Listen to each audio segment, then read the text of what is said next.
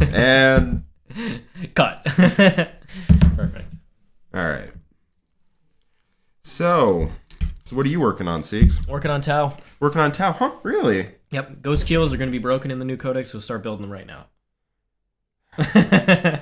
No, of course not. I have no idea. But we don't. All right. Just to be clear, because the internet will run with this, we do not run with it know. Anyway. They're going to run with it anyway. John started building a wolf quad. It's the only GSC model he doesn't have. Somebody on Reddit wrote an entire GSC thread on why wolf quads were going to be broken. Yeah, like John is secretly trying to get the message out and like coded memos. Coded. So I'm getting the message out about Ghostkeel. No, it's one of the only models that I don't have multiple of. I have one Ghostkeel painted. He's up there. And this is Isn't there another one on the... This is the second one, and I have a box that's a third one somewhere. So you want to just rule of 3, because you have 3 Riptides, you have 3 Ghostkeels.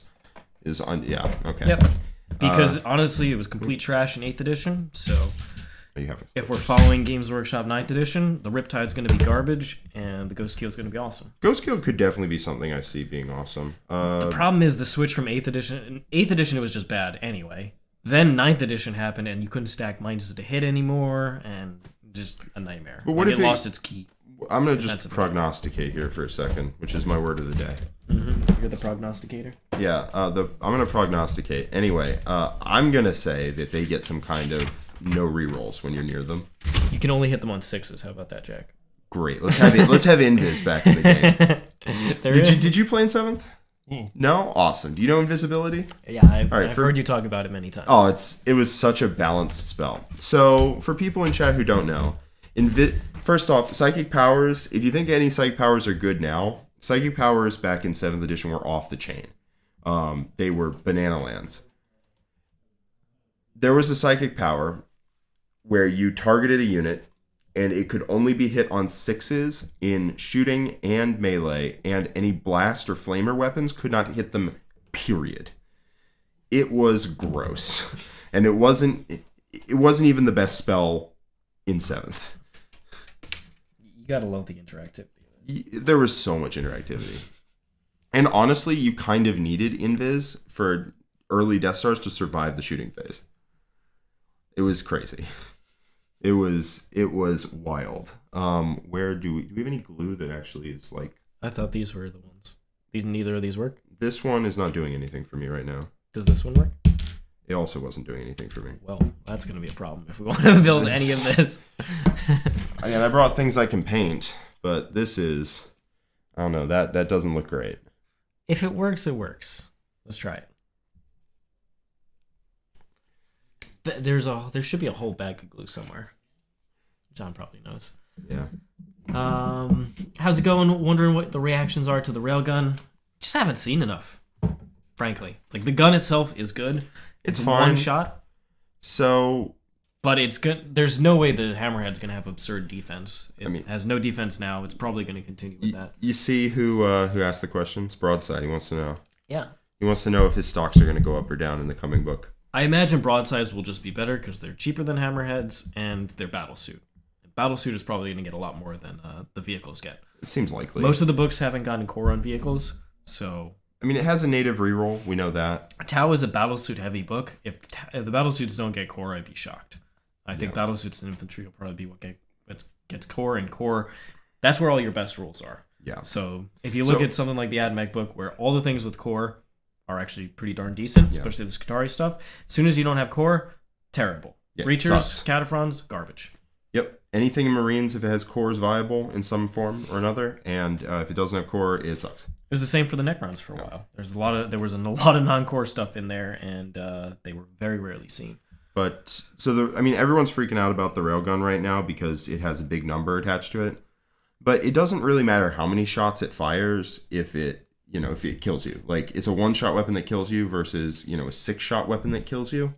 Who cares? You're equally dead. So just because the 1 shot has a massive damage attached to it doesn't make it more or less deadly than anything else. It does make it less consistent, though. It makes it way less consistent. You pop out and you just don't do any damage. Like, at least a 6-shot gun, you can, you'll do some damage, and then you can finish it off with something else if you roll low. But every so often a hammerhead is going to pop out. Not even every so often. fairly regularly, it's going to pop out, not do anything, and then get immediately aced. And you're going to be like, wow, why did I spend however many points it's going to end up being on a unit that didn't do anything? And once again, without core, it's almost certainly going to not have a lot of great access to other rules. I mean, honestly, the profile they gave it is the profile you would need to give a single shot anti-tank weapon to be remotely viable. Like, it can't just bounce off a 4-up invuln. It can't just, fail to hit. Yeah. You have to natively have a reroll to hit so you can have the option to spend CP on the reroll to wound. I mean, we saw a 48-shot Death Ray monolith barely kill Bellicor with it because it had no rerolls, minuses to hit, minuses to wound. Yeah. It's just all bad. Yeah. And like the case where it does nothing and then gets immediately aced is like awful. And it's very reasonable that can happen. People are just assuming it automatically hits and wounds. But no. it just doesn't.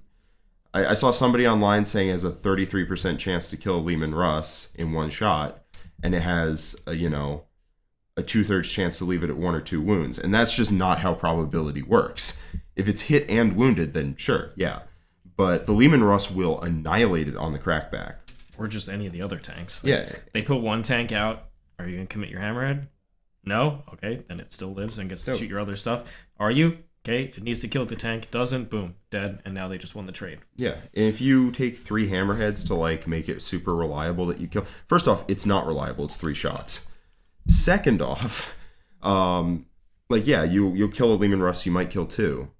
You probably will kill 2. But you're taking like 500 points is my guess of vehicle that is only good into enemy tanks and only good in direct line of sight. Like direct line of sight weapons, I'm not saying a Hammerhead's going to be bad. It has the strat. It's going to be like good pocket anti-infantry. I think you might take 1. I think you probably take 1. Yeah, probably is like a tech choice that you build in. Yeah, but it's certainly direct line of sight weapons like that. Certainly not broken. It has a huge number on it, but it has 1 shot.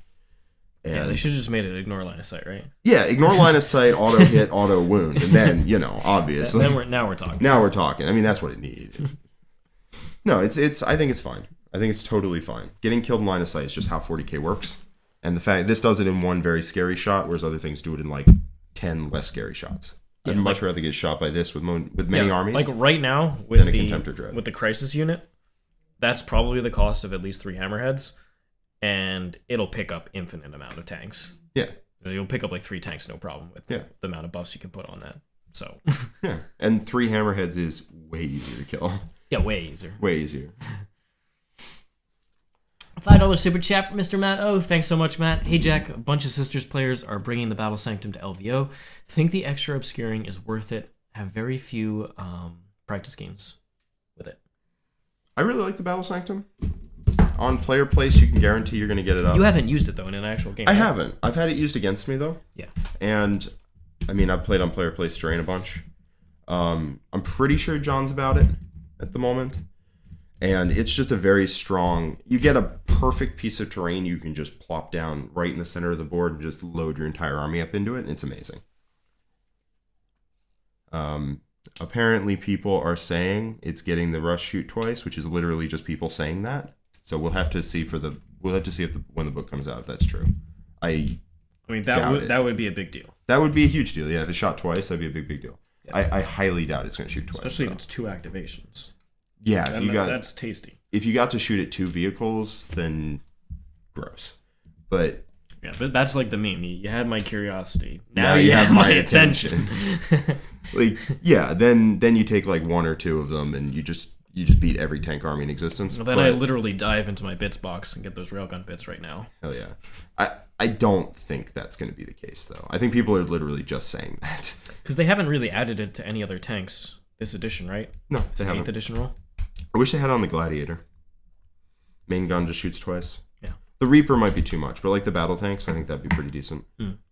So, I mean, most of the rumors you see online are literally just people saying things to say things. Yeah. And then it's like, it's a wish list a lot of the time. So would you actually take the Battle Sanctum? If I were taking Sisters, I think I'd take the Battle Sanctum Delvio, yeah. Yeah. It's solid. Like, it's just a guarantee. Know, with this meta, there's just a good amount of indirect fire, and that's the hardest thing for Sisters, and the Battle Sanctum helps zilch there. Yes, but like nothing. helps there. Okay. Your game plan at that point, I think, if you're running into an indirect army, is you literally just bomb rush them. Well, I'm thinking it's the equivalent of another Rhino. That's true. You could have 3 Dominion Retributor Rhinos and just go. I'm going, because that's the only option. Yeah, it's all I can do. And I mean, it's your best odds of success in that matchup. I've seen a lot of different versions of player placed. What does LVO actually use? They have their full tournament packet up that goes through the process of it. So LVO 2022 event packet. But the gist of it is you both get a half of the board, you split the terrain in half, and then you rotate placing pieces in your half of the board. You already know it's your half, there's no mystery, so you're just building you can mess with your opponent just because some terrain pieces have to be farther away from other ones. So like a big obscuring piece has to be more than 6 from another big obscuring piece. So you could put something in the exact center and then force your opponent to have their piece a bit farther back. But it allows you to basically guarantee line of sight blocking in your deployment zone. There is actually one reason you may not want to take the Sanctum, and that is that most of the time the terrain they give you does not fit in the deployment zone. So what'll happen a lot of the time at LVO events, and they ruled you must place every piece. Yes, exactly. So now that I'm thinking about it, I wouldn't, and here's the reason why. If you've stuck with it to this point and watching the future, what happens a lot of the time at ITC events is you can't physically place every piece of terrain they give you in your deployment zone. It just doesn't work out. For whatever reason, they just give you, the terrain just doesn't actually work. So what that means is the last one just kind of gets cheated in there. Both players are just like, yeah, this is the place where it fits the best while still breaking the deployment rules, but like there's nowhere for us to place the last piece. Well, actually, they put it in there that you must place the last piece, and if they don't fit, you have to move the next closest terrain piece the minimum amount of distance to fit it in. But that happens all the time. Yeah. And what that means is that you're not getting the Battle Sanctum down in that case. And that happens constantly. I'd say probably like half the tables are like that. Yeah. We're missing glue, right? We're missing glue. I'm like just cutting pieces out. But at this point, what I'm doing too. I'm gonna let you go find the glue. Yeah, I'm gonna go bother John. I'm gonna answer this question about LVO. Mech or Drukhari. Oh no, I need to hear this. You need to hear this? I need to hear this. Go get the glue first. I'll answer some other questions, and we'll get to all right, that one. Chat. If he gives you the goods while I'm away, I need you to tell me, okay? It's admin just for Jack. I know it's admin. No, I'm kidding. Yeah, sure. However, I'll get to that question when Jack comes back. How are you guys feeling about the Custodes datasheet leaks so far, particularly the stuff for the plastic range? I actually haven't been paying too much attention to whatever Custodes stuff has come out. I saw the different Warhammer community articles. There's not that many leaks, honestly. We don't really know that much. It all seems fine. It seems like a lot of damage too, and not a lot of strength 8. So it's just not what you want. It's not good. We have to see. We have to see the rest of it. We have to see the rest of it. I would have loved some flat 3 damage out here. Yeah, they had 2 out there. Okay, they don't need 2. They don't need 2. We can share 1. They can share 1. Adam and John are building. They're watching Starcraft, and then they're building stuff. Yeah. What Starcraft are they watching? Some event. They're watching an event. Wow. Yeah. Does Adam play Starcraft? I don't know. You're asking me all these questions. I don't know. We can get Adam on to answer the question. I need to know because we could get some Starcraft going, right? We should. We should, right? I'm willing to get dumped. Adam. Jag and John tried to play together, and they could not touch the king. No, I knew it was going to happen. I knew it was what I was getting going in, but like we played co-op a bunch, and I needed to know what it felt like. Then we played. Oh, you guys are playing. You guys are watching Starcraft in there. Yeah, we're watching Starcraft. Yeah, do you play Starcraft? I did. I have not played competitively or anything. I didn't really. Would you like to play some Starcraft? Do you have an inkling? Richard is looking for another scalp. You're gonna kick the crap out. You sure? Yeah. No, we're gonna play together on a team. Oh yeah. We'll do 4v4. We will get so smoked. Not by the AI. I am. Oh yeah. Oh yeah. No, we'll play against other people. Yeah, I'm good. We're gonna do well. I need you guys to just be meat shields, and I can do that. I cannot, in fact, do that, Richard. I can flood Marines. Listen, I need you guys to be my servitors, and I'm the tech priest. Do that. Yeah, I can be a meat shield in real life, but I don't know in the game.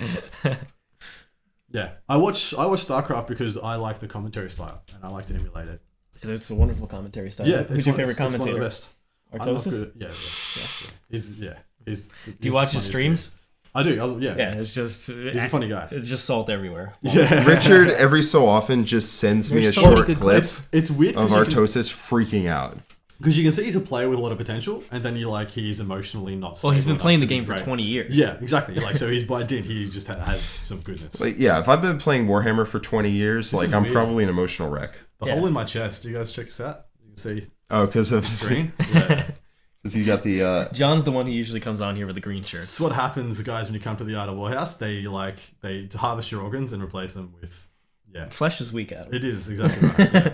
reject the flesh. I am embrace actually the creating machine. Adam as a cataphront. That's right. as we speak. Yeah. We're gonna get the good. treads out soon. Yeah. These damn legs. Who needs them? Knees, cartilage. Dude. No, you'll be better off. Yeah, without them. I agree. We would be better off with treads. So you need me for boys? That was it. yeah, we just had wanted to we had talk to know. Starcraft. We had to know. I'm much better at that. We'll get a game going. Yeah, We'll yeah. get some I Starcraft. played a bunch of LoL. If we can Okay, find probably if we can find 4 Art of War fans who want to play against us. you and me, 4v4. Destiny, 1v1. We're gonna do it. Yeah. Well, that's good. Then I will win. In fact, if you've never played it before. So am I thinking Drukhari or Admech? Well, if I want to win as easily as possible, it's Drukhari 100%. See, I think that's the case. The army's just so I easy. may end up just playing Drukhari, to be honest with you. Because you can make mistakes, it's fine. You have more units than your opponent. Your units are better. You have the best army-wide ability in the game. You have some of the best strats in the game. Like, I'm over here with Black Templars just aching for 1 CP advance in charge on 1 unit. And they have advance in charge on every unit for the entire game starting turn It's like 2. playing Metallica. I have a 2 CP advance in charge on my units besides troops. And you use it. But that's like, I basically have 1 turn where I'm going to pop most of my CP on the damage in that play. And Wouldn't it be hopefully nice if that swings just the game. caused 0 CP and affected every unit? Yeah, I mean, can you imagine how powerful Metallica would be with army-wide advance in charge? It would feel like Drukhari. It would feel worse than Drukhari because I actually have a lot of shooting too. Yeah, that's true. It's true. But What, the twin heat lances not getting your man, heat getting your lances are attention? just a complete lottery. They You're really just are. pulling the lever. I hate it every time I shoot them and every time I get shot by them. When I played against Sasha's Black Templar dreads, it was just the heat lances were like, we're just taking dreads down. And then I played almost every other game with them doing nothing. And then the final game, a heat lance was able to kill the Magus, and that was it.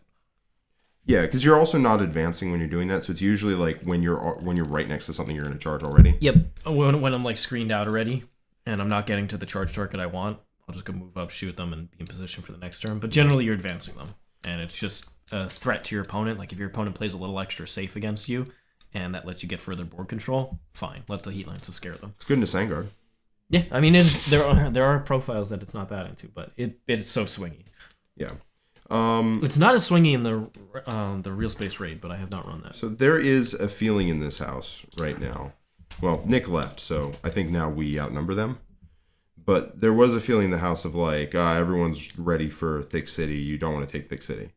And I think that's just not true.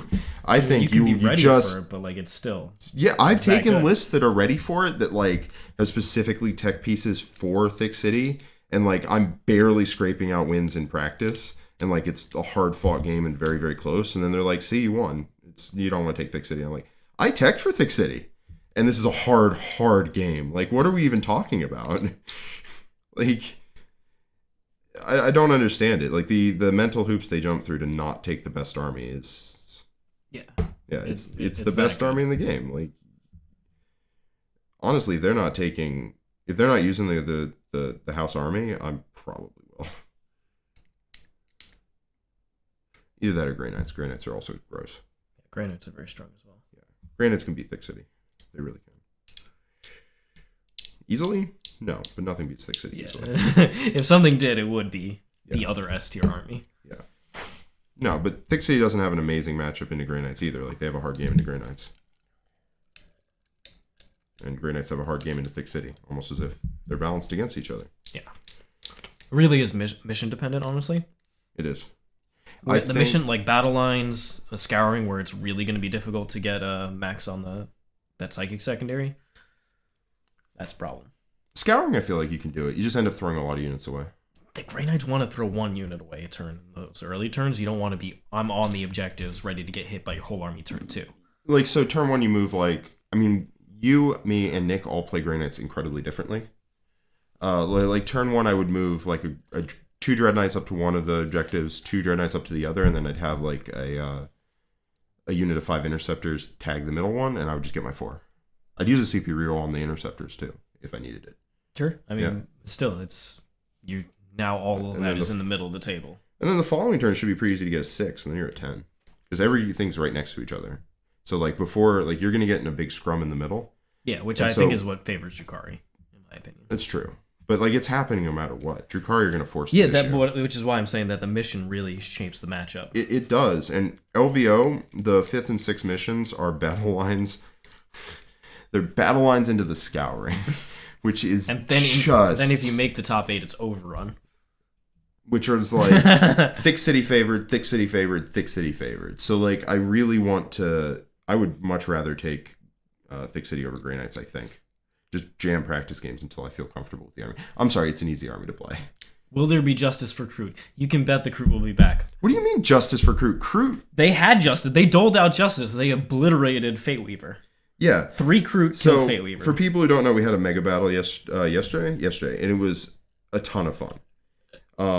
You could donate during the game in order to change anything you wanted. The name of a unit, the stats of a unit. Yeah, bring a unit back, double shoot Mr. Aloha. The Vindicator became referred to as Mr. Aloha for the rest of the game, and probably also the rest of time. The Hexmark Destroyer was the Galactopus. He was the Galactopus, as is tradition. And you could just change stats. So Richard was screening with Kroot because he was trying very hard. Well, I got the pregame move, the move advance. I held down 2 objectives and move blocked. It was just a beautiful play by the Kroot. It was great. Richard was trying incredibly hard. But just a needle Nick. You have to. Nick has to be like, all right, well, if you're gonna do that, and then he tried to move Morty like 17 inches over the screen, and we were like, that's not right. And he's like, yeah, it's close enough, and we measured it, and it was like, no. But the point was, like half of their army charged into these Kroot because they couldn't charge anything else. So they wanted to get extra distance. Yeah. So 2 people donated. The first person changed the Kroot's wound profile to 99 apiece. And then the second person made them 99 attacks. Yeah. Which meant, because they're not going to fight first against the 99 wound Kroot, so they're fighting elsewhere. The Kroot get to activate, and they picked up a Weird Boy. They brought a Forge Fiend or a Mauler Fiend down to 1 wound. And then just killed Fate Weaver. Three models killed Fate Weaver. Yeah. And like 3 models didn't even get to swing. Yeah. We just mathed it out. We didn't roll the dice because you cannot pay me enough to roll 297 dice. But like Kroot. We were like, take 37 saves on Fate Weaver. And Nick was like, I'm fine. No. Oh. If the first one he failed like 8 saves, it's like he's gone. Bye-bye. That was justice. It was a fun time. Mr. Siegs, if you ever decide to go for style points and use Necrons on a major, what would your list be? I am waiting for chapter proof basically to play Necrons But again. if you had to.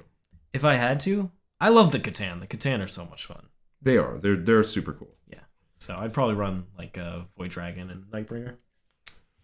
Bash Brothers. Yeah, Bash Brothers. Is John playing GSC at OVO? We don't know the rules yet, but if they're good, he certainly is. If he's playing a list without Hive Guard, I'm happy. Same here. You've never met someone who hates Hive Guard more than I do. Like, really? What's worse, Hive Guard or Admech? Hive Guard. I'm not saying and that's bad. No, and that is Jack saying that. Yeah. There's nobody who hates Admech more than Jack. That's true. But if there's anything I hate more than Admech, John, who just walked in the room, it's Hive Guard. I'm getting Jack riled up about Hive Guard. Hell yeah. It's not that Hive Guard are like more broken than Admech. I don't think they are necessarily, although now that Admech got nerfed potentially. But like, it's just how not interactive they are. They're just not interactive. And they just shoot you, and there's nothing you can do about it, and you will die. And no matter what he shoots, it will die. It's not like it's good against tanks and bad against infantry, or good against infantry, bad against tanks. Against everything. It kills everything. And then it shoots again.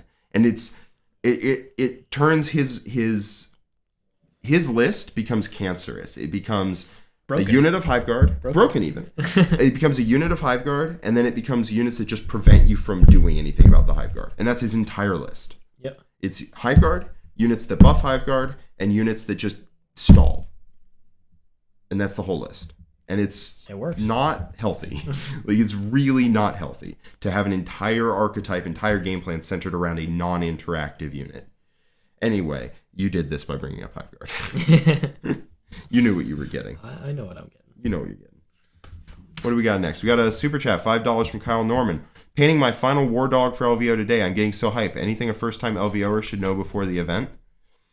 I mean, it's a fun time. If you've been to a tournament, it's not like LVO. LVO is gigantic. It's gigantic. Because there's so many other games going on at the same time. It's a full convention. There's Vegas going on. So there's a lot to do constantly. Yeah, so maybe 50th place at like a regular GT is not a great record. It's fine. It's like okay. 50th place at LVO is like pretty good. That's really good, yeah. Yeah, it's really good. So don't compare your placing to like a 200 person, 100 person GT. It's just not the same. We have a super chat if you could scroll down. Yep. What else should you know about really practice the player place terrain. If you go in with not a lot of practice on placing your terrain, you're going to make a lot of mistakes early. If you're in the Worm, which I believe you are, Kyle, Nick did an entire strategy session on all the things you should be thinking about when you're placing terrain. Yep. Because the very first time we played player place terrain, John had played it before, but Nick and I hadn't leading up to the Las Vegas team event. So we go into a practice game. I win the roll-off. I place the first... No, actually, Nick wins the roll-off. He places the first thing. He places a ruin in his deployment zone. Whoops.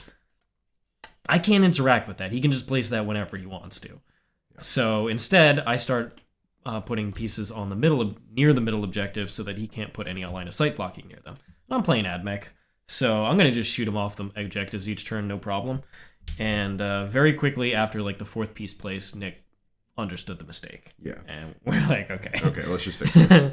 You gotta practice. It's a very simple flow chart just to get like 90% of the way there. And then after that, there's like nuance. You want to make sure that you have your deployment zone blocked off so you can't be seen in your deployment zone. You want to make sure that you have all of the objectives on your side of the board blocked off so that you can stand on them and not be shot because your opponent will do the same.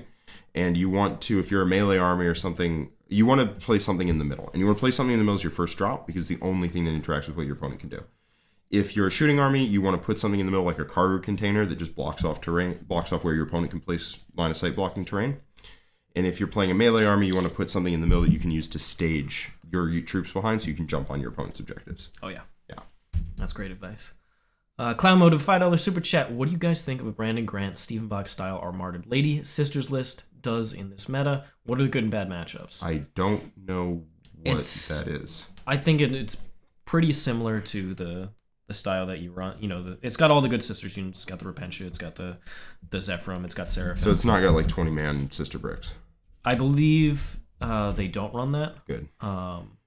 But it's possible that they've slowly pivoted towards running one. But I don't. I would doubt it. I don't think so. Yeah. But they've got the Retributors. It's just a pure Armored Lady, and then it has the Hero Hammer elements in there with the Murder Canoness. You've got Vol, Celestine. I think that's fine. I don't think it's particularly better or worse than. I think they're really trying to leverage the 1 CP make a unit OBSEC strat. It's pretty not bad. Sisters tend to struggle with OBSEC. It's why you have the Dogmata in there. That's like trading on objectives, they're trying to kill stuff. So if there's a screen and then the OBSEC unit behind, you're just not dealing with that opponent's objective. Yeah. You're not taking it down. Whereas if I make my Repentia OBSEC and send them across the board with the Superior, you're actually doing quite a bit of work. So there's good tech pieces there. I still think it definitely struggles into Tyranids. Tyranids with the move blocking and the indirect fire with the Hive Guard. Just a really hard matchup for sisters. Yeah. £5 super chat from Gnome. Can we rename the bike captain to Chadley on Dawn Eagle? Something trike. Something trike we cannot say.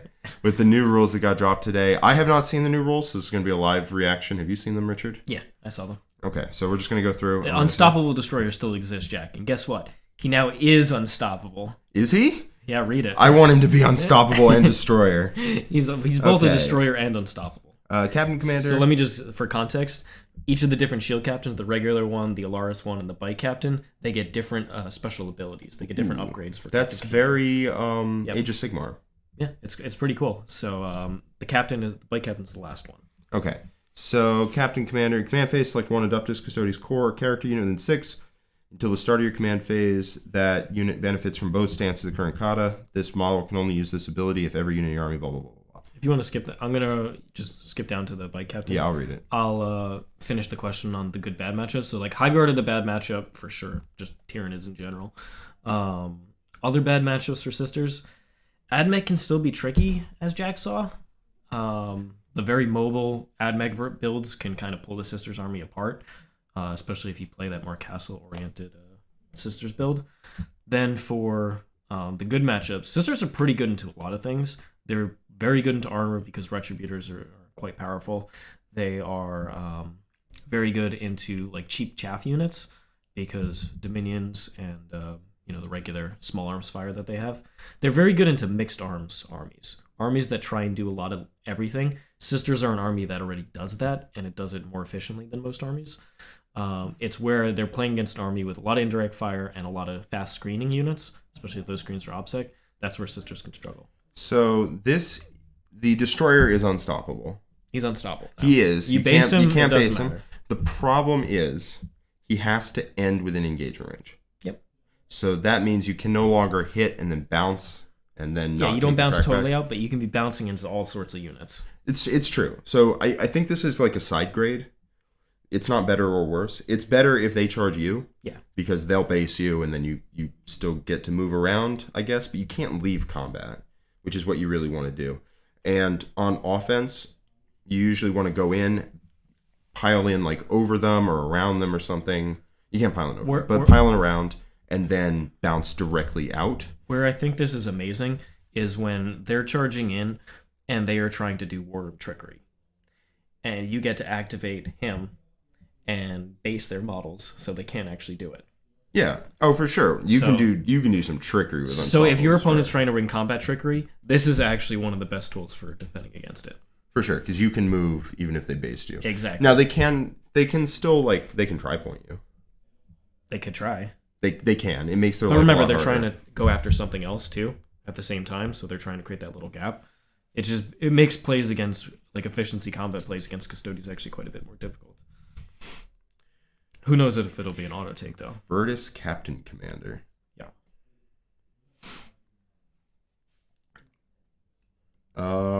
He likes to hit hard. If it's within 2 inches of 6 or more enemy models, then gets +2 attacks. That is not going to happen.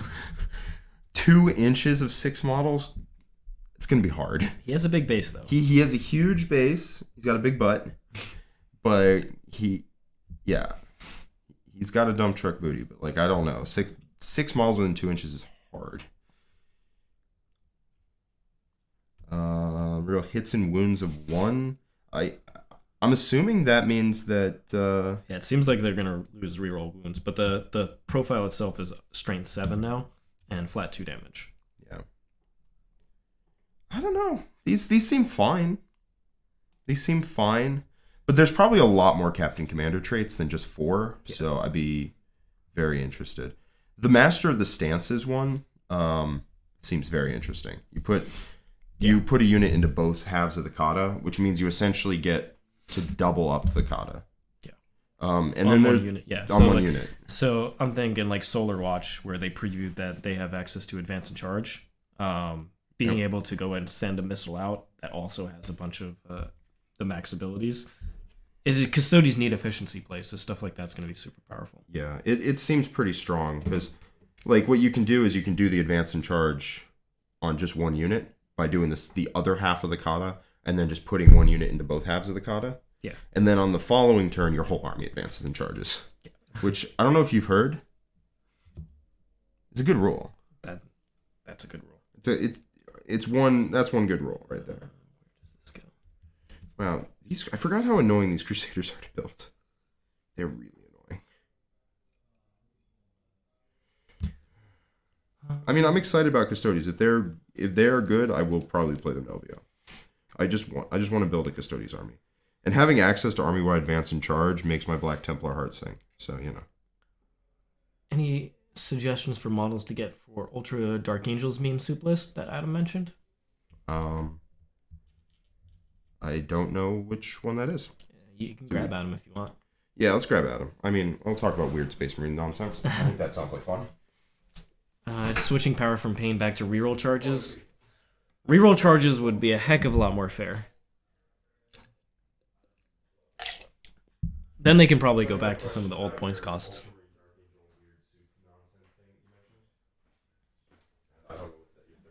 Yeah, you said something about an Ultramarine Dark Angels meme soup list. What are the units that are core to that? So there was 2 variants. The one you're talking about was the lesser one. That was a meme that never quite eventuated. The actual meme I was talking about that led into that was the Iron Hands and Space Wolves meme Dreadnought list. So you take Iron Hand successors, you take them as Minotaurs, you take Hecaton, and you take the character Relic Contemptor, and then you take 1 unit of Devastators. Actually, no, you take 2 units of Devastators, 1 unit of Vanguard Vets, and then you take actual Space Wolves, so non-successors, because you take Bjorn, and then you take 1 troop choice, 3 units. No troop choices. 3 units of troops of Wolf Guard, and so then you got 4 units of Vanguard Vets, breaking the rule of 3 essentially, and then you take 2 units of Long Fangs, breaking the rule of 3 by taking 4 Devastator squads, because you can take Long Fangs and Devs, Wolf Guard and Vanguard Vets, and you got 3 named to the last character Dreadnoughts. It's actually not crazy. It's very cute. It's cute. It's actually not ridiculously stupid. It kind of sucks that you don't get your faction-wide benefit. It sucks. Yeah, it sucks you don't get your super doctrine, but you still successes on both. You're still Iron Hand successes, so you get Whirlwind of Rage and either Master Artisans or Born Heroes, which goes along really well. And then you got all the crazy shenanigans and the Flight Last options from Space Wars. Actually goes together pretty well, and it dunks really well. Like 2 premium drop pods, and then 4 MSU melee units, and then you just have some miss. You have some storms, you have some servitors, you have some bits and pieces everywhere, and then those 3 dreadnoughts just with a couple of bodyguard units just become such pains in the asses. Yeah, I don't think that list is bad. I think it's bad. I don't think it's bad. I'm not sure it's amazing, but I do not think it's bad at all. The only problem is I don't like having 2 drop pods. Yeah, dev pods seem like a choice. It seems just like there's just going to be 1 game out of like 6 in an event where the pods are just exploitable against XYZ opponent and you lose because of it. Dark Eldar specifically. Exactly right. They'll love the pods. But the thing is though, you have 4 units of devs all coming down with a cherub, all coming down, either ignoring the penalties or, hitting with extras. It's actually dunks a hell of a lot of multi-melter. Yep. It just and smashes. You have the ability to drop down Wisdom of the Ancients, so... Yep. And I'm assuming you have captains and whatnot in there. I don't know if I have a captain. I definitely wanted a chappie, but with all the real ones, I think I only wanted a lieutenant. But I could be convinced. Yeah, you don't get real ones in the Iron Hands. What do you mean? Because you don't get the super doctrine. Yeah, exactly. Yeah. And I figured the Iron Hand side has the better options for making your ranged firepower better with the extra double exploding 6s. So you'd want to have the more rerolls on the Iron Hand side. And you do have Wisdom Ancient, so you can basically... So you bring down the Iron Hands detachment, then it all rerolls once to hit, and then you bring down the Space Wolves detachment, they all reroll exactly. once to hit. And if you look at the shooting side of things, that 1 Super Relic Contemptor shoots more than... He needs all the buffs, because he's the thing that gets the most mileage out of all the buffs. But yeah, did that answer your question, guys? I think so. I think the Dark Angels meme I had was the same. You get the named Contemptor Dreadnoughts, and then you have the Talon Masters. So you have the combo of the Super Dreads, the 2 Super Dreads that can't be shot, and 2 or 3 Talon Masters. And they're just like, I am just going to exploit bodyguard. I'm just the most exploitable bodyguard bullcrap you've ever seen. Yeah. Is Adam there permanently now? Not permanently yet. Hopefully, we'll see. Maybe, who knows? If anything, if worse comes to worse, it'll be like on a rotation where I'll come 3 to 6 months of a year. That's if I can't, until I get something permanent. So I'm pretty committed to making something long term work, but we'll see. It's just He's scared of commitment. I am. Yeah. I've not been married or anything yet, so it's obvious. Oh, that got deep real fast. It did. Yeah, no one wants me. Anyway. Yeah, get out of here. Speaking of which. Yeah. All right. Yeah, turns out he's got time limit before he gets existential.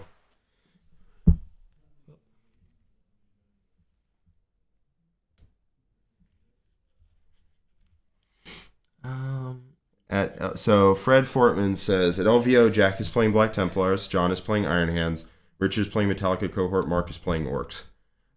Those are the odds favorites at Caesars this week. I don't know, man. 2 of those seem pretty. I think you're going to get a 2 of 4 on that one. I 2 think of 4. You can get 2 of 4. I think John's unlikely to play Iron Hands. John is super unlikely to play Iron Hands. He really is. If he's not playing the Tyranids. And then you're going to miss one of either me or Richard on that. Probably not both. You're probably not going to miss both. Probably one of us is playing the one you've picked, but I think one of us is going to switch. I mean, you're going to have to convince me real hard not to play Grey Knights or Drukhari if nobody else is playing either of those. Like, yeah. What a decision tree.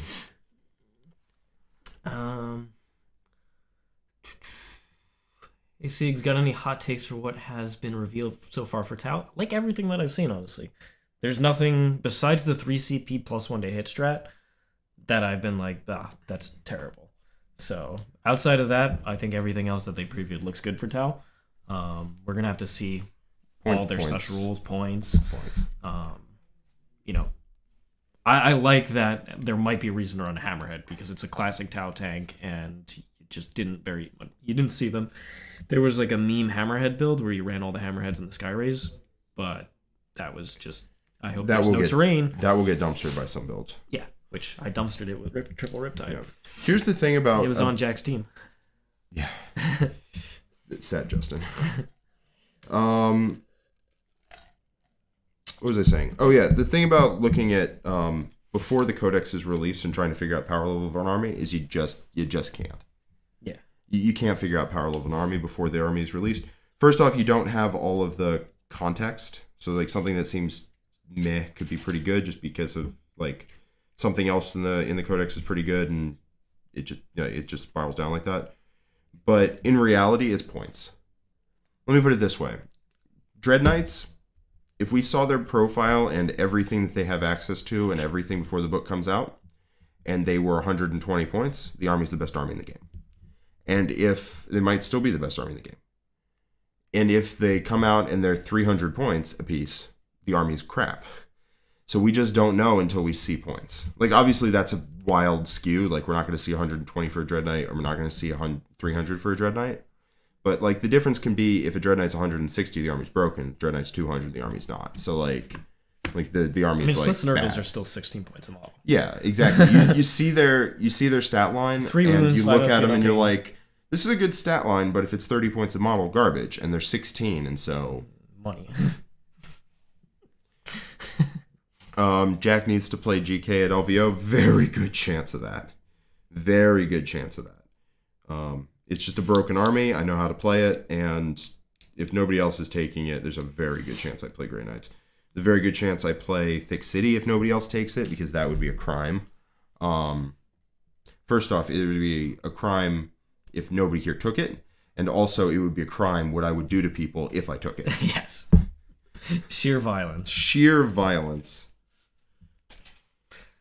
If Necrons get a few cheeky points drops, would they become viable? They need points drops all over the place. All their characters need to go down 20 points minimum. Boom, 20 points. Drop them all. And then they need almost to start doing things. All their vehicles need to drop at least 20 to 30 points. Catan need to drop 80 points minimum, and then you can start working on their core units, which need a couple points here and there. Yeah. If they get all that, then they are actually a good army. Yeah. But right now... Again, the power of points. They can fight against some armies, but the top armies, there's no chance. It doesn't matter how good of a Necron player you are. That's why they don't win anything important. It doesn't matter. I can take Necrons, I won't win. Yeah. It just doesn't matter how well I play you with won't. them. I agree. At what points would you like to see Necron units at, like Warriors, Scorpex, and such? I would like to see Warriors go down. Warriors are one of the best units that Necrons have access to. I think they could do with going down a point. They could go down 2 points, and then they'd be the same cost as the veteran Skitarii. Are you just trying to make Warriors good, or are you trying to, like, diversify the builds? But that's why I'm saying, if they go down a point, I think that's enough, and let's bring down some of the other stuff. Because if you bring down their support, that also equally helps them. And it doesn't let you just spam Warriors everywhere.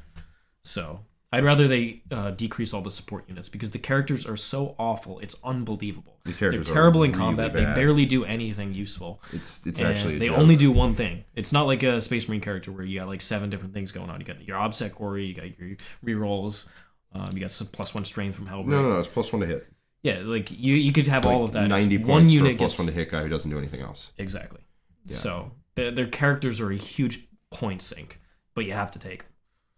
Yeah. So Kelstertgo, I'm sure there's an easier way to pronounce that. Anybody think Art of War is trolling us and they're all going to take the same army again? First off, it wasn't Art of War when they did that. Otherwise, I would have known, and I wouldn't have taken Seer Council because it got dumpstered by Marines. But fine, it's fine. I got 17th. How bad can I be? Secondly, I mean, I wish that were the case. And we're going to do some practice weekends, and we're going to find out. And in those weekends, we may find an army, and we may all take the same army. Like if GSC come out and they're just straight up broken, you bet your bottom dollar we're bringing it. We're bringing it. But if we find something, then sure. But at the moment, no. There's no front runner, really, in most people's opinions. So people are going with what they know best. But we'll see.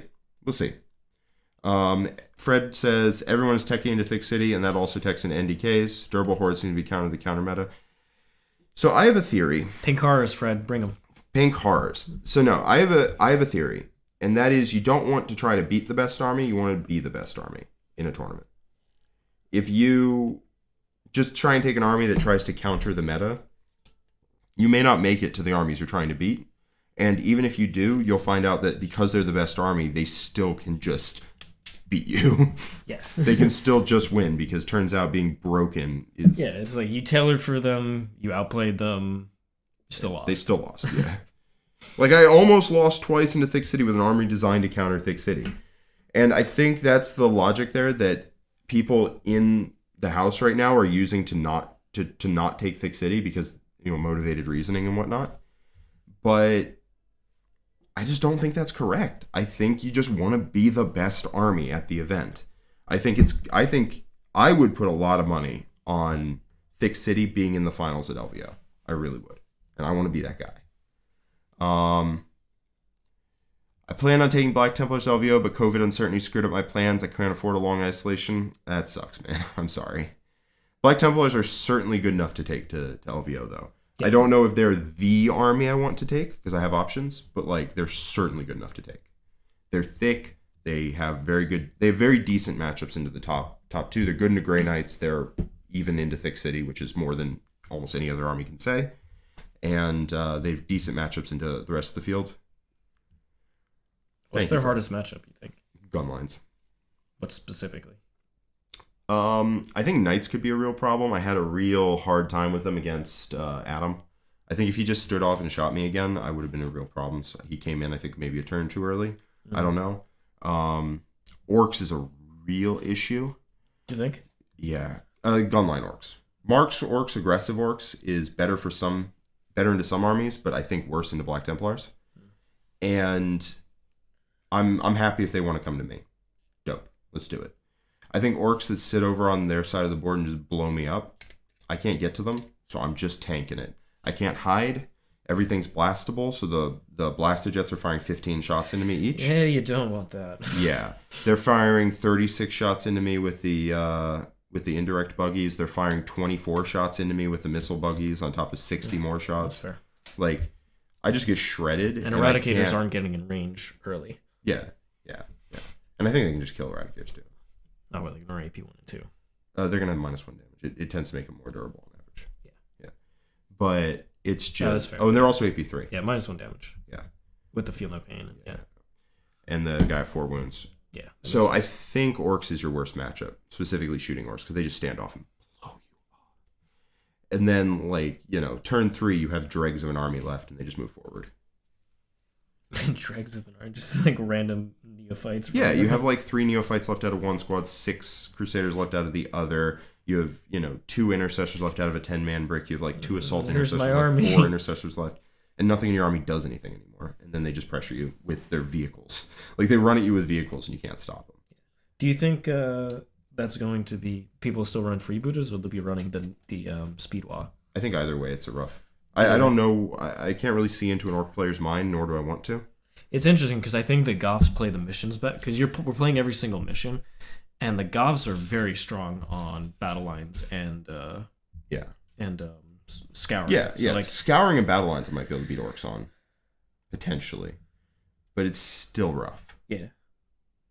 But I'm saying, like, from the orc player perspective, they're probably thinking, like, oh god, if I'm not good in the missions 5 and 6, I might be able to beat my first 4 opponents, but you need to be tailoring to try and beat those 5 and 6 if you want to get into top 8. Yeah. And if you're bad on those missions and you're playing against the good players, then that's not really where you want to be. No, I agree. But I don't want to be just... I'm going to run into a gun line at some point, and I don't want an army that just folds. You could just play against Sisters the whole I time. mean, it doesn't just fold. Like, I think Black Templars is a fantastic choice for the event. This is just, like, I'm trying to get to top 8. I love so, like, you game. have to have a higher standard at that point. Game Black Templars vs. Sisters, where nothing went for John, and it was just like, oh, Black Templars survive and you're dead. Yep. But, like, if I didn't survive... Yeah. I could have just been host. Like, my game into the, my game with triple blob, triple contemptor, all the characters, and a unit of eradicators into John's guard, which is, like, pretty similar to where I'm at now, to be honest with you. It's thematically very similar. It plays the game very similarly. Yeah. We played that game. He blasted me for 1 turn, and then I managed to get charges and start touching stuff. Probably should... If I'd gone second, I was done. No way I could have won that game. I would have gotten blasted. I would have moved into the center. I would have gotten blasted again. Game over.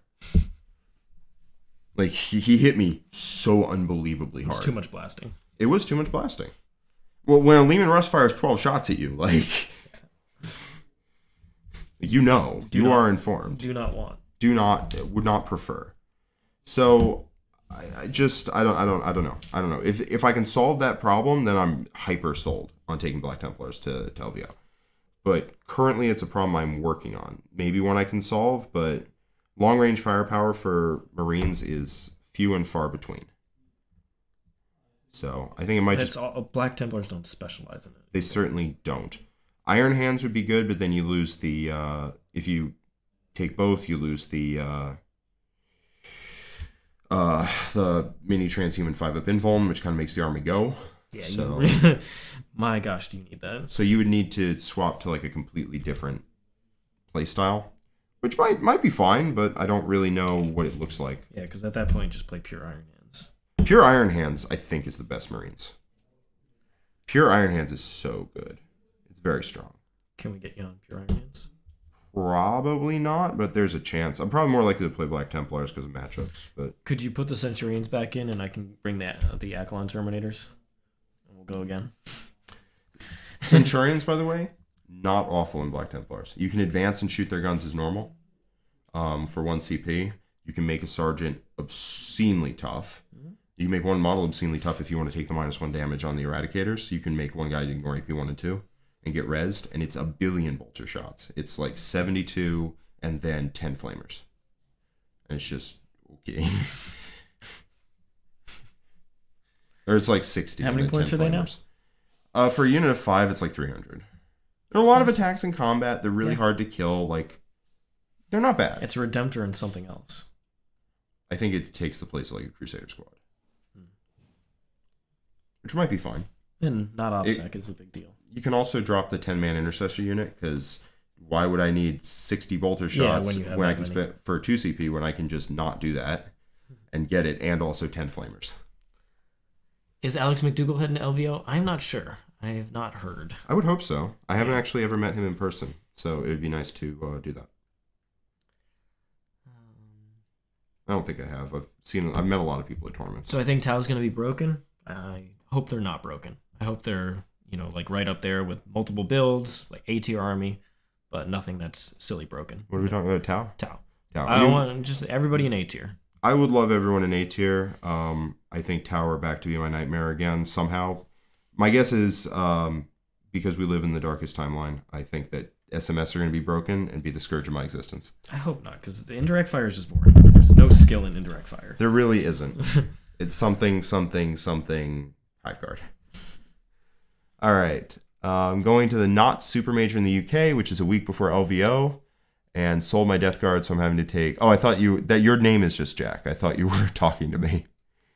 Very well, I'll get dumped every game and go 0-5.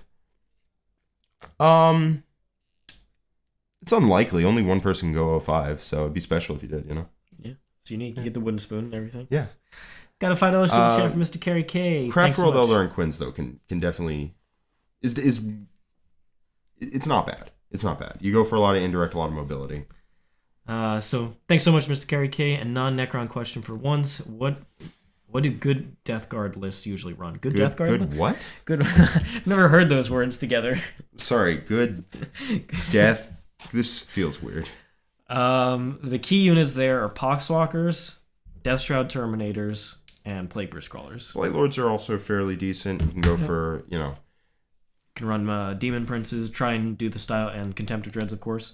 So you can try and do the style where Nick had every time he would take Stranglehold, he would take the Plague, the action secondary from Death Guard, and then he would take to the last and just try and get 80 plus points every single game, regardless of what the opponent was doing. Yeah, you can make games. So the reason we're making fun of Death Guard is fine on mid tables. You can do really good work with it. Yeah. Honestly, it's a good army. Especially into other combat armies. Into other combat armies, it's phenomenal. Like, you can prevent them from coming in. You can have the ability to just shut them out from being able to charge you with Revolting Stench Vats, and you can. It's a good army on mid tables. When you run into players who have the speed and have the the skill to exploit your lack of speed, life gets much harder. Yeah. And so at top tables, Death Guard falls off quite significantly, unfortunately. But at mid tables and an event, you should do totally fine with Death Guard. Tim Taylor has chimed in. The Tim Taylor, and he says, Jackie boy, talk to me about your game tomorrow with Knights versus Monster Bugs. This is my subscriber match. I'm so excited. I am very glad to hear that you're excited. I'm excited too. I'm going to take a Castellan. Double Castellan. Can we get double Castellan? Get double Castellan. It did so well last time. Jack. Double Castellan during the Mega Battle was going off. It was the one thing that was actually working. Yeah, our entire army. Fred ruined the Talnar for everybody. So Fred donated to make the Talnar. We went first because people donated to say who goes first. Yeah. Fred on our turn 1 said the Talnar is ballistic skill 6+. He donated to do that, and then he donated to on their turn, to start of their turn. No, I think in the middle of their shooting phase or something. Yeah. He was like, "Oh, by the way, the Talnar is 1 wound," and we're like, "Oh, that's not bye." That's not the number. So yeah, it turns out if the Talnar has 1 wound, it doesn't really matter if it falls off at the end of the turn, because the Talnar is dying. Yeah. So I mean, double Castellan would be hilarious. Double Castellan 7 armatures, 6 armatures or something. It would be hilarious. Oh, you're not getting that many, but 5. That'd be really cute. Maybe I'll do that. That'd be very funny. Definitely 1 Castellan, because I got to make John cry. I could take Krast. I could just do what I did. I could literally take the 2 knights I took. Yeah. Just cold eradication. I mean, I will say Megaras with the rad cleansers are good into monsters. I'm excited too. It's gonna be a fun game. It's gonna be really fun. Clown Mode with $5 super chat. Thanks so much, Clown Mode. How does GK beat Thick City? What's the target priority for Grey Knights? What mistakes can the Grey Knight player make? Okay, so the biggest mistake you can make is just getting within 26 inches. Turn 1.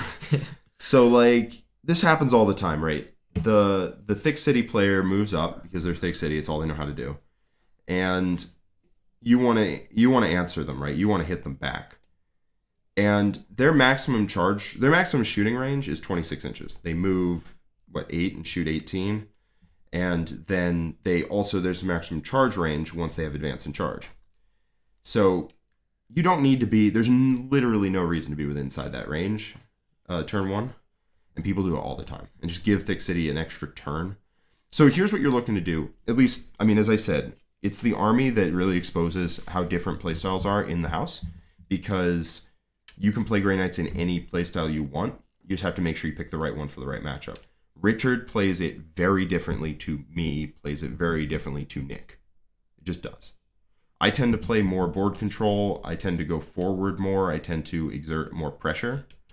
Richard tries to find the perfect board state where his opponent can't do anything.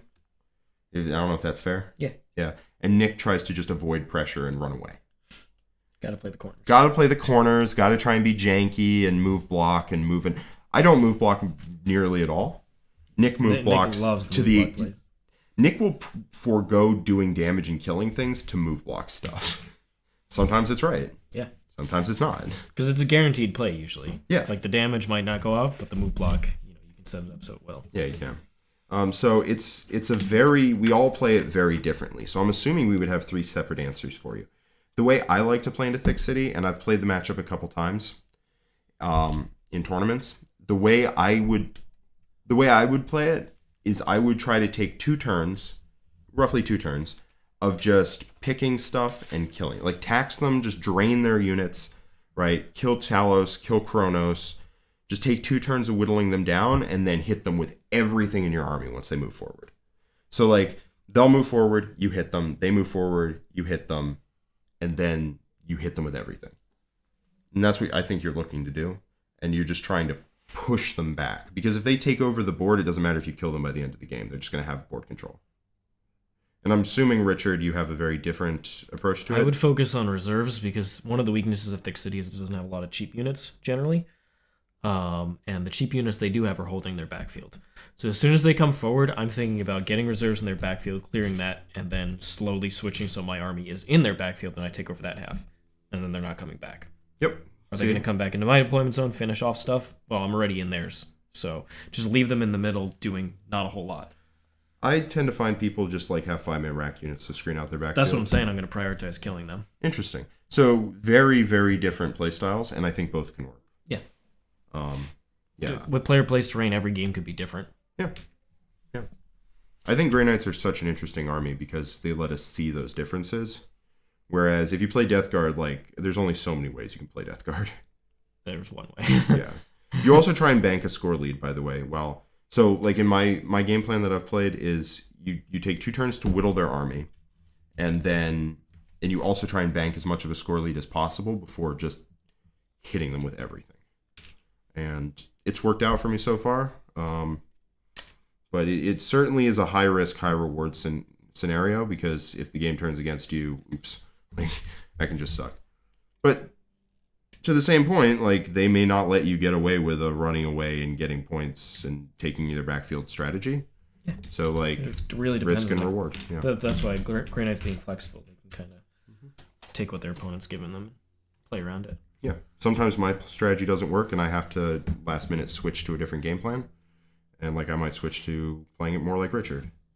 And Richard may have to, actually fight somebody for once in his life. If you all had to play, I do fight with the Metallica list. I mean, like, get in a brawl. I don't mean, like, just pick at them and, like, throw a unit. You basically, the way you use melee units is you shoot with them. You take a unit, you're like, you're dead, you're hyper dead on the following turn, that's fine, I'm just going to shoot them into my opponent's army, and then that's it. I like waiting until my opponent's in the middle of the table, and I'm like, you've activated the trap card, now you're dead. You just lost. It's a very frustrating playstyle to play against. Just wait for my opponent to make a mistake, and I'm like, all right, I have all the tools to capitalize, you're dead. Yeah. Richard always looks to give his opponent 2 options, which is... Which way do you like to lose? Which way would you like to lose? Do you want to lose in the long game, or do you want to lose now? Yep. It's up to you. And I do the same thing. Actually, my playstyle is I move to the center, and then I give my opponent the option of step into me. And if they do step to me, I will kill them. And if they don't step to me, I will win the game on points. But then Hive Guard is table. Hive Guard bad. We don't like Hive Guard. Hive Guard make me run into their deployment, so I don't like that. What do you guys think about the Custodes and Cult being allowed for LVO? Love it. But I also have time to practice them a million times before the event, and a lot of people don't. I really wish Chapter Approved was here. I really wish Chapter Approved was here. I know they said that they wouldn't allow it even if it came out, but I was really hoping for just like all new stuff. New codexes, new meta, just completely fresh. It would have made the event so exciting. It would. So many ideas being tested. I think that... I don't want to go into another meta with Drukhari, best army in the game. Right. It was like, I mean, we get tired of year. meta faster than most people do, but still, this meta's been around for a bit. I think people want to change up something. Richard, you're the third up for. I have to analogize you to an MMA fighter. Didn't you say some name before? You did, but there's no way you remember it. Yeah, I don't. Yeah. So I actually had this one already prepared, El Kukui. So I had to compare Nick to an MMA fighter. That was Ryan Hall for the chat. I compared myself to an MMA fighter. That was Diego Ferreira. And now I'm comparing Richard to an MMA fighter, and he would be Israel Adesanya. Adesanya, very intelligent striker, keeps people at range and just picks away at them until... A lot of kicks? Yeah, a lot of kicks. He just keeps them at range, picking away at them, and then if they commit, he knocks them out. Very Richard style. Very Richard style. He's also the middleweight champion right now. Cool. Very good fighter. What do you guys think is the best AdMech list right now? I think the Metallica veteran cohort is still the best style to play. I think so. It just, especially the more terrain on the board, the better that list is. It just gets very, very deadly. Like, they just previewed the WTC mission pack for the new year. There's terrain everywhere. There's like 1,000 ruins on the board, and big cargo container blocks, and Metallica loves all that. Yeah, and I would much rather play into gunline. I mean, except with Black Templars. I would much rather play into just gunline AdMech than into Metallica AdMech. Metallica just has so many tricks. It's multi-dimensional, whereas straight-up gunlines are the opposite of that. Yeah. Richard is like Anderson Silva? No. Anderson Silva is weird and does weird stuff, and then counters you. Adesanya is just... He is disciplined. He never makes mistakes.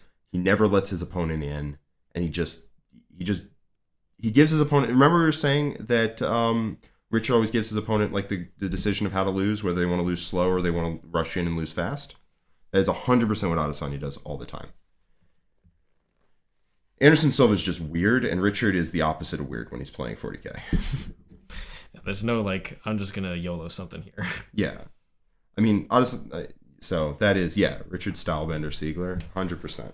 It's actually the cleanest analogy I've out of the three.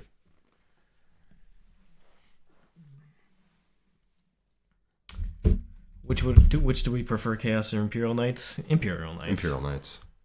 You can make the big Knights OPSEC. You can't do that with Chaos Knights.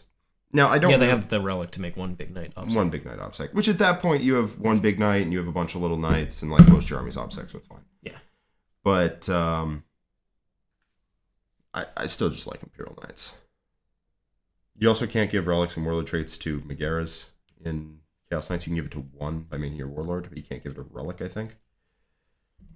You might be able to give it a relic. I'm not 100% sure. So you can give one Megara a relic and warlord trait, but you can't just take triple, which is like where I want to be. Double Castellan, baby. You show up, the other player has knights, but they don't have Castellans. Well, you know what? We can make my Volcano Lance. We can make it strength 17, 3d3 plus 1 damage. Nice. Yeah. Is that enough? Hopefully. I'd really like it to be. Nick was making a scary amount of 5 of invulns on his Crusher Stampede. Oh, yesterday? Yeah. Yeah. Yeah. Best comparison so far? That's right. $2 super chat from Clown Mode saying he thinks I'm undefeated Jake Paul.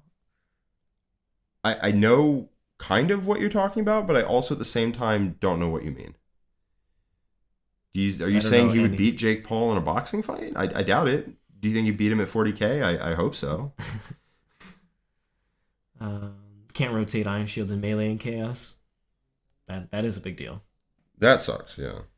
That sucks real bad. How can Sisters survive Alpha Strike armies turn 1? Rhinos. Rhino Rush. Dense, being able to have forests and dense cover on the board helps. Against direct line of fire, Sanctum's pretty good. But yeah, Rhinos are also the business. The sweet business. Sisters love terrain. Yeah, they love terrain. They love being in it, behind it. Sisters are the best at shutting down direct line of sight shooting. Yep. They just have cheap, fast units that hide behind terrain and bodyguards everywhere. 3d3 plus 1 means you might pick up 1 Talos per turn. No, because they're -1 damage. So the average is 6, and they take feel no pains, and it's 4. It's like, ugh.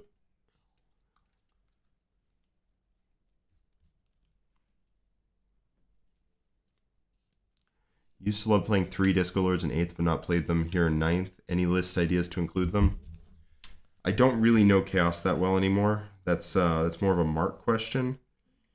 I think the answer is just no. I think the answer is just no. I think you might be able to get away with 1 in Iron Warriors, because you can get some decent upgrades on them. I think triple is just not a playstyle that exists at the moment, but when they come out with Chaos, they may have some support for Demon Engines and the like, and you might be able to do more with that. Because like there was the Demon Engine formation that gave them a bunch of mobility tools. I believe it's been a while, and that just doesn't exist right now. I played against it a bunch in 8th edition when Disco Lords were actually pretty decent for their cost.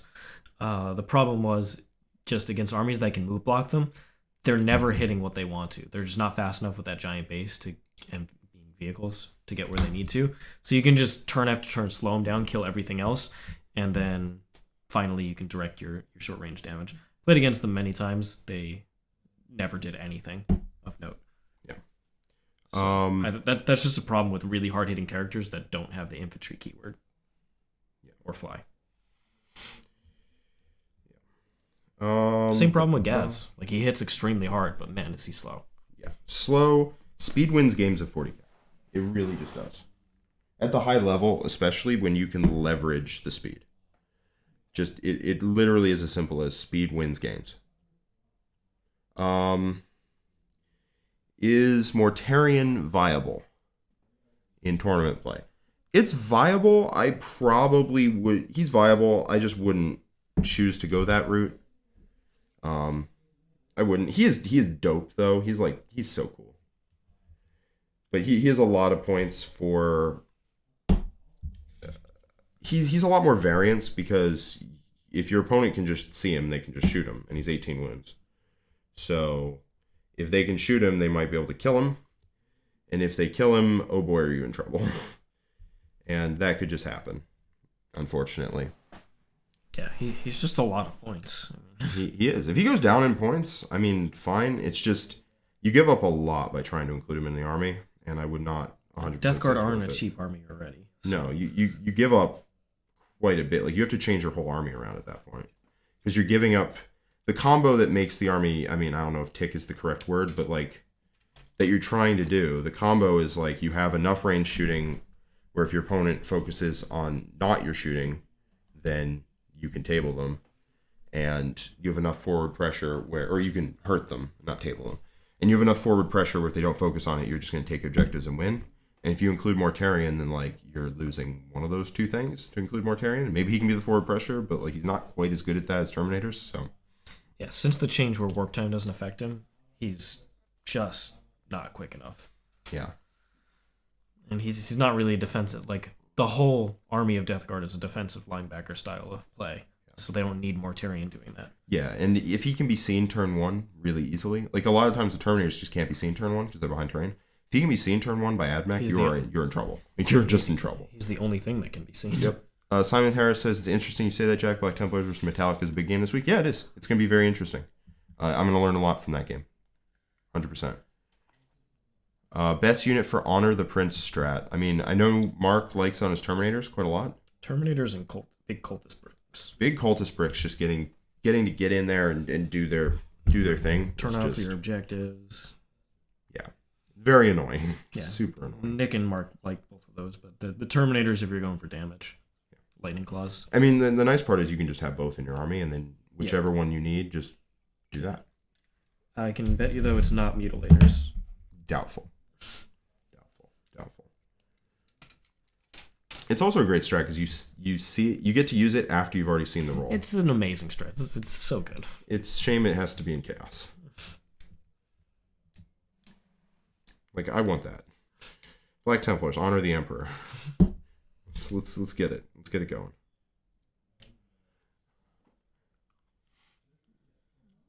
What are some good ways to start collecting the Crusher Stampede? Dial up Forge World real quick and see which of the big bugs that they have. Yeah. Because all of them are insane with the Crusher Stampede. They're pretty not bad. Dimicarans, Yeah. Quite good. Hieroduals, quite good. Hierophants, 850 points, but obscene.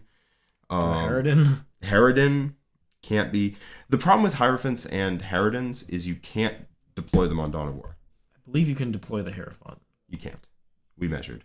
You measured? John has one. Yeah. Okay. We measured, and whoever said that he could is just incorrect. It's a solid 10.5 to 11 inches on the shortest angle. Okay. Yeah. So, I mean, I'm sure he could, like, turn the fixed joints into ball joints and, like, have him scrunched up, but that's like, it's modeling for advantage straight up. So, like, you can't... You're not doing that. Not doing that. So they don't get to act turn one, unfortunately, if they are deployed, which is a bit of a killer. But they're still just obscene. Nothing. It's not like they're dying anyway. Kills the Hierophant.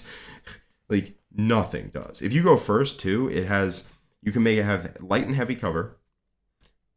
So it has a 1-up. It has a 4-up invuln. It's -1 damage. You can give it a 5-up field. It's like 34 wounds. It's like 34 wounds, yeah. Nothing kills it.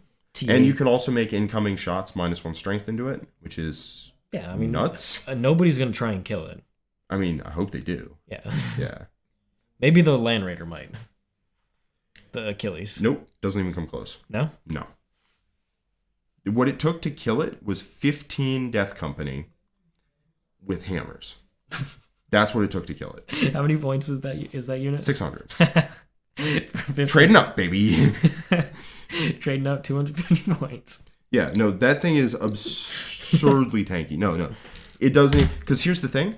Everything from the Achilles is wounding on 5s. Oh, yeah, because the and it gets a 4-up, yeah, and then has Feel No Pain after that. It would be lucky to do 8 wounds. This is the case where you just, whatever else they have in their list, you kill all that stuff. Yes. And you're just like, one unit is going to kill a lot of damage. Hopefully. It kills a lot of stuff. It doesn't have indirect fire, though. So it has fly, though, somehow. But it only moves 10 inches. True.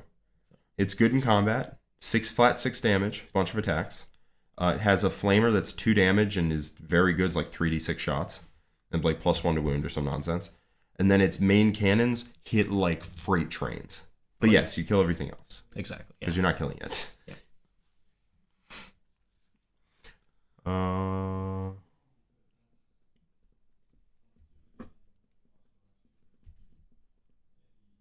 It's sad how every major Primarch or big character always starts off great on initial release, typical GW, and then slowly becomes too expensive to take or non-competitive. Yeah. Same with the Silent King. Yeah. I mean... all of a sudden, flat 3 plus D3 damage is just everywhere. Like, what?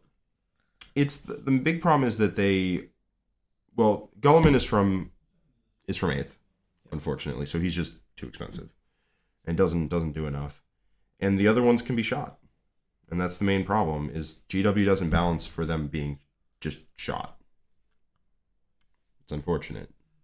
The giant monsters, especially ones with 18 wounds, if you only have one 18 wound model in your army, that ain't the way. It's funny because right in Age of Sigmar, like the giant centerpiece models are amazing. And they're in almost every army, right? Like Nagash is in all the Death armies. And I think that's more of a... From what I've heard, I think that's more of a case... I don't know, so don't quote me on this. But I think it's more of a case of Death just not being as good. Or like Archeon was in every Chaos army. Yeah, I think that's because shooting is just not as good. Shooting is definitely not as good. It's definitely not. I played at the GW Finals, I played a crossover event between my Blood Angels and like a tournament like winning Seraphon army. And I took my entire army. We played on GW 40k terrain because, otherwise. Yeah. Imagine that Mech army. So I threw my entire army forward. Like I didn't hide behind line of sight or anything. I just let him do everything his army does to me. No contest. He killed 5 models, and then really? I tabled him. Was that just like psychic and shooting? Yeah. Oh, I outshot him with my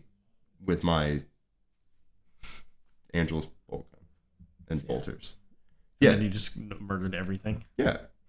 The damage output in Age of Sigmar is so much lower, and I love that. Because the damage output in 40k is so high right now. Yeah. It's actually kind of ridiculous. It used to be lower in like 3rd and 4th edition. It did, but what it means now is that it's just... Everybody can table their opponent in 2 turns. That's why you need terrain. It's the difference between playing Starcraft Brood War and Starcraft 2. Sure. I mean, we talked MMA, so it's about time we talk about something I don't know about. Yeah, well, Starcraft Brood War is a game that generally develops into multiple stages of the game. You got the early game, a very clear mid game, and then you have the late game armies, where you get the giant armies fighting over large sections of the map. In StarCraft 2, the damage happens a lot quicker and faster. The game just has a much quicker pace because you start with more workers, so you get resources quicker. And so the pacing is generally a really short early game, a decent mid game, and then maybe you get to the late game. But there's a lot of ways to kill people in the mid game. Okay. So 9th edition is very much more like the StarCraft 2, where the mid game, generally a lot of games are decided in the mid game. Okay. Yeah, I like that better. I feel like the only games where I'm going to turn 5 and the game is still in any question is when I'm playing against one of you guys. Yeah. I mean, in AOS, the damage is lower, and I just like that. Yeah, so Sigmar is much more like Brood War, where you were going to pretty much play into that end game. Yeah, you actually get to play like a late game sort of game. Whereas in 40k, it can just be over in 2 turns easily. Because imagine in 40k, if you got the early game, you both whittle each other down, then you have like half your armies turns 3 and 4, and then, like 4, and if it still went to 6, like it did in 8th edition, then you'd have like a hero hammer battle. I mean, terrain is, like, there's no real line of sight blocking terrain in that game as far as I can tell. And so that means their shooting just has to be less efficient. If you had 40k level shooting on that terrain, games would be so cancerous. Yeah, like imagine if the dwarf army there, which is I think the shootiest army in Sigmar. I think so. They got airships and stuff. Like imagine if they had just 40k firepower. Like Jesus, yeah, you just level them. Like floating gunships. No, not good. So it's good. It's also that you get the double turn mechanic, which every Age of Sigmar player I've talked to who's currently playing, obviously ones that quit and around the time of rules, like whoever's the biggest beard gets the gets this benefit, or if it's raining outside, you get +1 to hit. Everyone who quit around that time, obviously nothing good to say about it. But everyone I've talked to now for Age of Sigmar, A, says the game is in a great spot, and B, loves the double turn mechanic, which I just cannot get behind without having played it, I guess.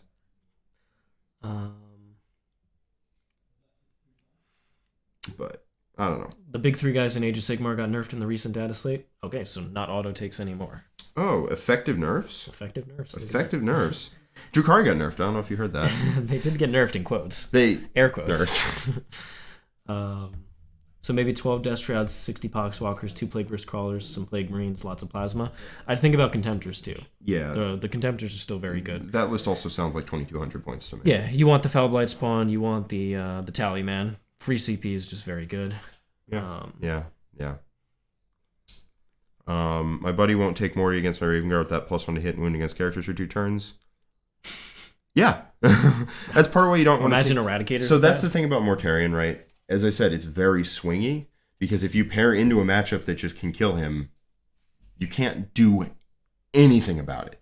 Yeah. There's nothing. You're playing 500 points down, and Death Guard cannot afford that. There's no way for Morty to avoid incoming firepower. There's no way for him to avoid, just taking the hits. He's going to take hits. And if your opponent has the capability to kill him, that sucks. Yeah. John just took the stream puppy out. She was like, I need to go out. Please. Yeah, she was right up to the door, and then she just walks up to the door and then goes. Let's see. What do we think of the Custodes rules they showed so far? It all looks good. I haven't been like, oh, this is going to be amazing. I haven't seen anything from GSC or Custodes or Tau that I was like, oh, this is going to change the complete game. Yeah. Not even the railgun. It doesn't mean anything. Yeah, not even, especially not the railgun. Ooh, direct line of fire. No, the thing I'm terrified about is SMS. If SMS is good, I am sad. The +1 to wound from Darkstrider with Core. Like if Tau Sept is very strong and Core goes onto the battle suits, you're almost certainly going to see that combo. Yeah. So, I mean, we'll see. We'll see. We don't really know anything. It could turn out that that Custodes are very good. They totally could be. It could turn out the GSC are not. They have access to advance and charge. We saw that. So, yes, that's. So I think it was Solar Watch. Well, it sounds like that's the one I'll be testing out. Yeah, that's probably going to be an obvious choice. Unless the other ones have just bonkers. Like Shadowkeepers is so good because the defense is amazing. You just stack so many defense buffs to your opponents. Like, you know what's the best defense, Richard? Offense. Being on the other side of a wall and then being on top of your opponent because you advanced and charged. Very, very good. All right, I think I'm good to go. She's outside, but if you want to see pictures of her, check out some of the social media.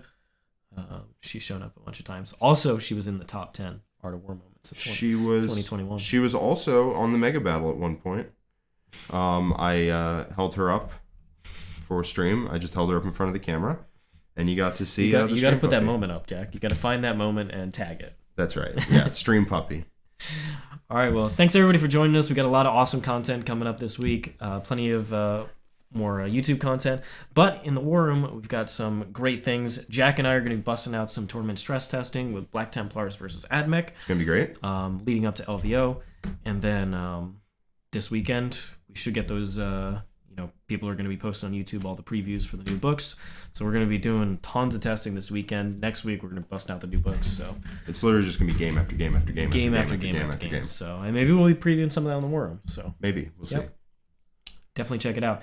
Thanks everybody for joining us. And if you want to check out anything else, give us a like. Tell us what you thought about it in the comments.